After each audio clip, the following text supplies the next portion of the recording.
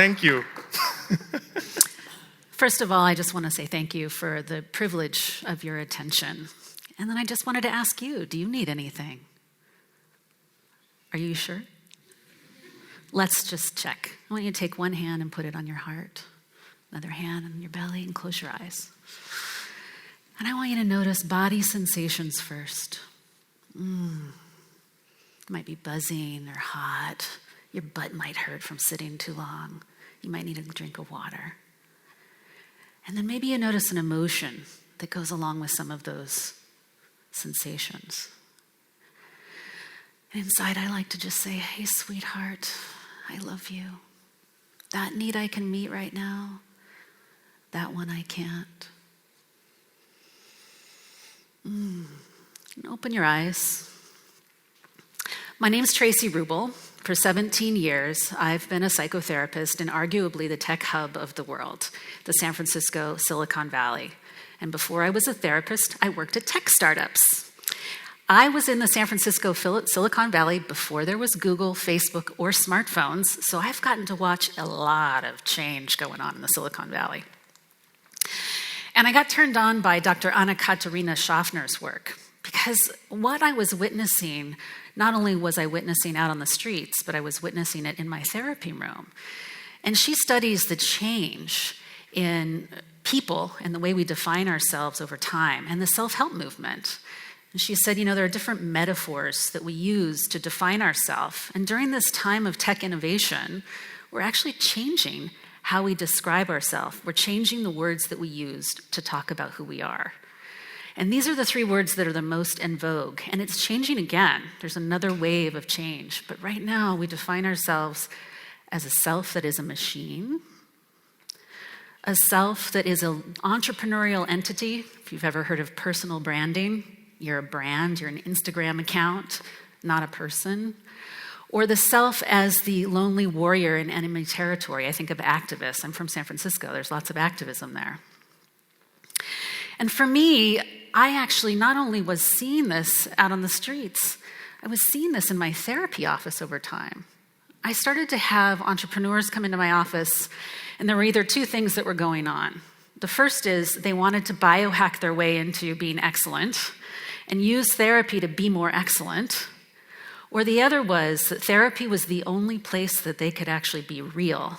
They had to be a facade everywhere. They had to be one of these things everywhere else, right? And so in 2015, really sparked by 2 things. There was a huge uptick in gun violence in the United States. And I think unconsciously, because I was recognizing this really strange dynamic going on where what is this thing, this self that is this object that we're trying to fix, and we're trying not to have any feelings. And even some of the psychological theories were like, fix, fix, fix, fix, fix. And I'm like, where's the poetry in that? So I started putting my chair out on the sidewalk in front of my therapy office to listen to anyone about anything, kind of incensed and curious, like, what the heck is going on here? And then, the whole social media video went viral, viewed 10 million times, and now there's like 8,000 people that sit on sidewalks with me around the world. But it was really fascinating to have a client come into my office and say, hey, I'm on these dating apps. Could you read what I'm sending to my date to make sure I'm not too needy? I'm like, but we are needy. I mean, do you want to date someone that thinks you're weird because you have needs? Needy. I had a lot of fun looking this up in the dictionary. Go look it up and look at all the use cases, because every definition of needy has a woman described as needy, first of all. So guys, hate to break it to you, but you're needy too. And in fact, this is actually important. Dr. Niobe Way's work has really turned me on. I'm kind of a fangirl, so I'm really excited to stand on a stage and say her name. She studied why little boys in the United States were shooting people. She said, look, in a patriarchal society, we have a hierarchy of humanness that actually really harms the mental health of everyone. Because little boys are taught that it's only okay to think. Little girls are taught they can feel, but they're not allowed to think. And if you're anybody identified on the margins, if you're differently abled, if you're Black, if you're an immigrant, or any other identity that's on the margins, you're not supposed to think or feel. And so here we are defining ourselves as machines in this system that's telling us we're not supposed to be human. And as we think about tech innovation, what I want us all to keep in mind is that we have to remember that it is our humanness that brings the poetry and the sweetness and, frankly, the mental health of our very self to life. And everything that we design cannot forget that. Boy, I'm really getting on a soapbox about this. Okay, I'm going to be vulnerable. I'm going to be vulnerable. Get the tissue out. I might cry too. This is my best friend, Travis. This was taken in 2015, a year before he passed. Travis was like my big brother when I was 17. He was the guy that I would go to and lay in his bed with him and say, oh, this guy didn't call me. You know what donkey crying is? Donkey crying is when he was my donkey cry friend. So I love Travis, so I'm very happy to say his name up here. After college, I had gone to UC Santa Barbara. I moved up to San Francisco. I lived in my first apartment alone, got my first job, was not making enough money to pay for said apartment, so I was also waiting tables at night while working a full-time corporate job. I was kind of lonely, super tired, and I broke up with my first boyfriend. Remember that? Oh. I was really depressed, so I called home. And I said, Mom and Dad, I'm not doing well. They said, Traci, you always figure stuff out. You're so strong. You'll get through this. Just think positive. Okay, click. I called Travis. I said, I'm not doing well. And he said, are you thinking about harming yourself? Yes, I said. Do you have a plan for how you would do it? Yes, I said. Do you have a way to carry out that plan right now? Yes, I said. You do not do anything until I get to your house. I'm getting in my car right now, and you're not going to do anything.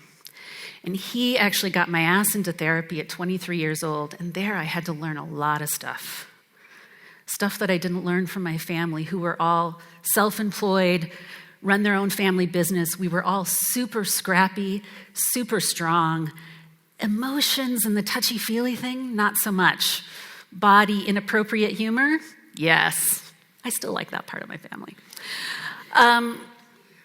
I didn't know how to feel a feeling in my body if it knocked me over my head. I had no idea what emotions were. I didn't even know to have sensations. I didn't drink water when I was thirsty. And feelings are directly related to our needs. Usually when we feel uncomfortable, it's a signpost of an unmet need. And then we either can get that need met by ourselves, or we need another person to help us, right?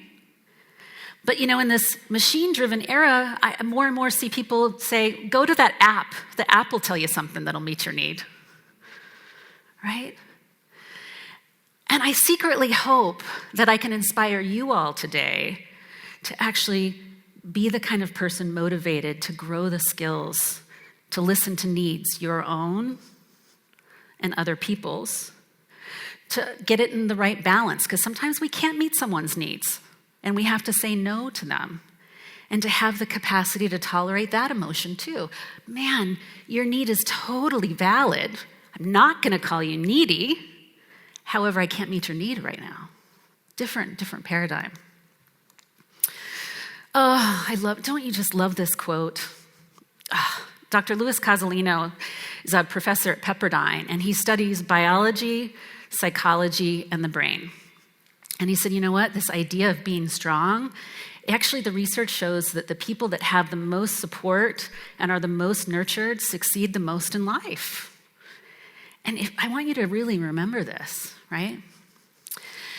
I'll tell you a story of a client. This happens all the time, because I work with kind of loud, driven type A's like me. And I had this guy come into my office. He was super pissed at me one day. And he goes, I didn't want to come to session today. He was really mad that he was there. I said, well, then why did you come? Because you're going to still charge me. I said, okay. So what do you want to do with the time? And this is the guy that wanted to positive think away his feelings. Can you just reboot my mind or rewire my brain or get me to mindset away all my human emotions? And I said, well, what do you want to do at the time? He said, I'd like to take a nap. I said, great. Lay down on the couch. He said, are you serious? I said, well, you're here. You don't really want to talk about anything, so lay down. So he did. He laid down, and I went over and I grabbed the blanket and I covered him. I said, may I put a blanket on you? He said, sure. And it was this moment where he got a sparkle in his eye and he went, oh. And he had this emotional response to that tenderness between the two of us. And then his voice got soft and he said, can I ask you for something else? And I said, sure. Would you sit here and read to me while I lay here for our session? Yes, I said. Sometimes the interventions aren't the ones about rebooting your mind. They're the ones that are about relating and nurturance and tenderness. I don't know how you'd put that in an app, but if one of you figures out how, you will be a millionaire, billionaire maybe. So here we are. What do we do now? What we have to do is we have to fundamentally change what we know about our own emotional life. We actually have to stay committed to a practice of tracking what's in our body, right? We know that Dr. Faye Bound-Alberti said that there's a link between the moment loneliness started to become a real issue with us. Everyone talks about it being about social connection, but you felt lonely when you were sitting across from somebody. It's the quality of being able to feel what's true and alive in you as a human. And when we're not doing that anymore, we get lonely, okay? We also develop a capacity when we have more feelings in our body. I tell people all the time, they'll come in and they'll say, oh my God, I'm freaked out, I'm having this emotion. I'm like, it's just electricity. Our minds will start telling us that it's an emergency. It's just electricity moving around your physiology. Just notice the sensations, right? So if we get better at noticing that electricity, the next thing we get better at is we start to get better at noticing what we need. And if we can start noticing what we need, we can take care of our mental health, because mental health is really fundamentally, getting our physical, our mental, and our social needs met, according to the World Health Organization. But how do we get those needs met if we don't actually know how to listen to our own needs? And then we've got to learn how to get the needs of ourselves and other people in balance, because needy means that I radically embrace my humanity and my neediness. But that means that sometimes I'm going to have to say, I can't meet your need right now, because if I meet your need at the expense of my need, then that's not going to be good for either one of us. But I totally honor your need. But right now I can't. Right now we're so uncomfortable when someone has a need, we just shame them, and hence the word needy became popular. We don't need this word anymore. And then last, I would say, embrace neediness in a larger context. If you think about the stats on mental health, roughly 1 in 7 globally are mentally ill in a year. That's grossly underreported, and those are pre-COVID statistics. So I'm going to say 1 in 4. So I want you to notice this room right now, and the first 3 rows means that the first 3 rows, everybody in those first 3 rows is suffering with mental illness. Now I want you to imagine that you think neediness is disgusting. How do you respond to those people that aren't getting their needs for physical, mental, and social support met, if that's your belief? The last piece is that we have to really consider the kinds of policies, the kinds of organizations we build to support us being these fragile, wonderful, tender humans that we are. We aren't machines, in fact. We aren't brands, and we aren't lone warriors. We are beautiful, poetic humans. And so I'm going to leave a little parting gift. This poem by Sarah Holbrook called Feelings Make Me Real was one that I found during that time when I was depressed. And I added to it for the rest of you, and I decided to leave copies of it on the tables outside. So here I go. I have to hold it far because I'm a little old, I don't see so well. Feelings make me real. You are not the boss of me and what I feel inside. Please don't say, let's see a smile, or tell me not to cry. I'm not too sensitive. You think my inside's steel? You can't tell me how to be. Feelings make me real. Sit with me and ask me why. Wonder with me as I cry. Call me on my birthday or because I was on your mind. Maybe we will talk so much, together we will squeal. Please remember, I need you and you need me. Our needs make us real. Thank you.